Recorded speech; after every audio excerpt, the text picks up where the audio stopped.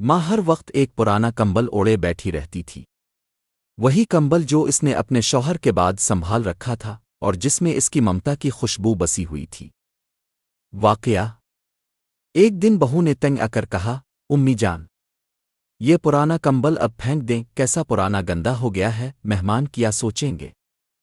بیٹے نے بھی ماں کی طرف دیکھا اور بولا، امی بہو ٹھیک کہہ رہی ہے، اب نیا زمانہ ہے، یہ چیزیں اچھا تاثر نہیں دیتیں۔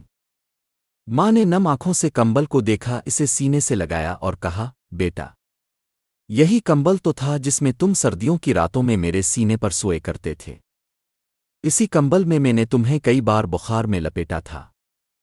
بیٹے نے کچھ لمحے سوچا، پھر کمرے سے چپ چاپ نکل گیا۔ اختتام: اگلے دن بیٹا بازار گیا اور ایک خوبصورت شیشے والا فریم بنوایا۔ پرانے کمبل کے ایک ٹکڑے کو سنبھال کر فریم